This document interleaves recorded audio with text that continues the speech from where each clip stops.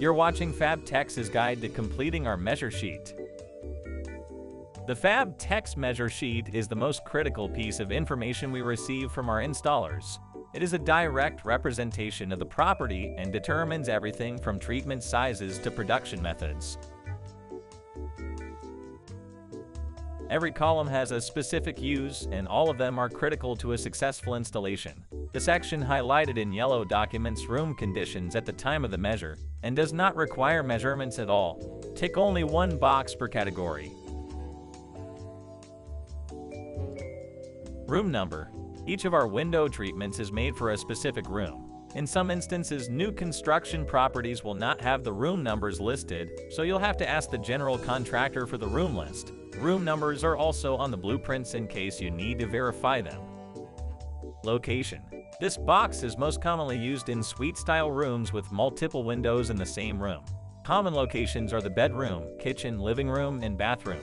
Our convention in labeling windows is done from left to right when you stand with your back to the entrance of the room. In this example, the ovals represent windows in one location while the rectangles represent those in another location.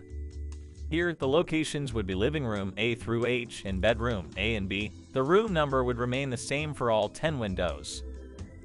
Unit type. This column allows us to categorize treatments according to type. You are free to define what the type means and assign that type to other line items following the same treatment. You can just define the type on the first instance it appears on the sheet.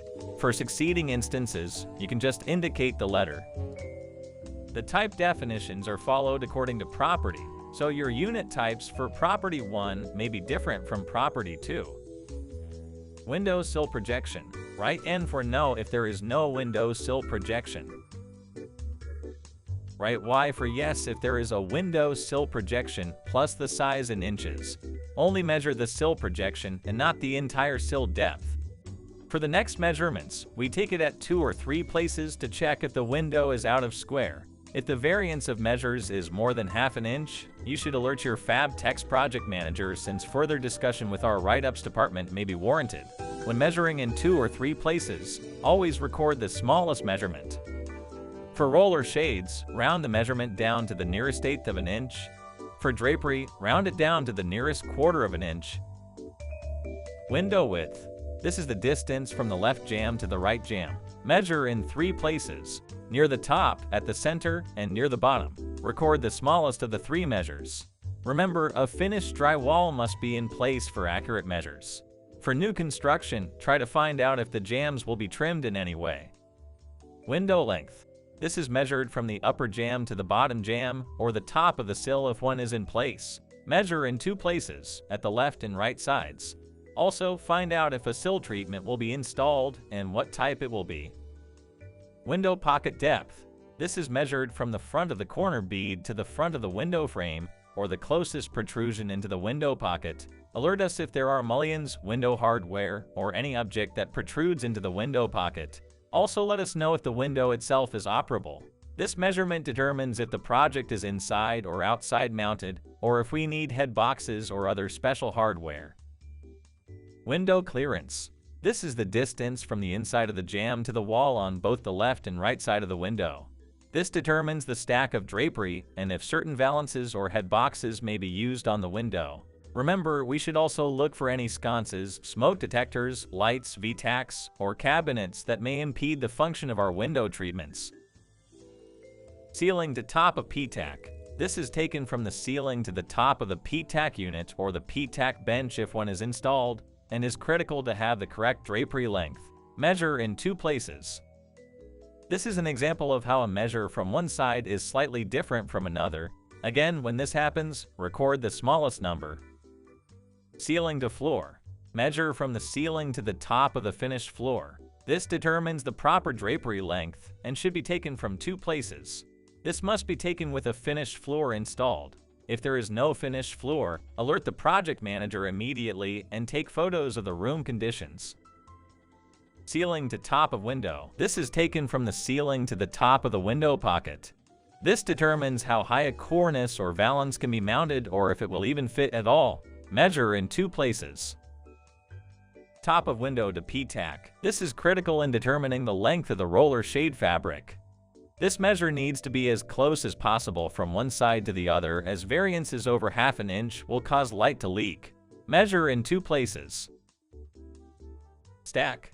There are 3 types of stack: left stack, center draw, and right stack. This section does not require a measure.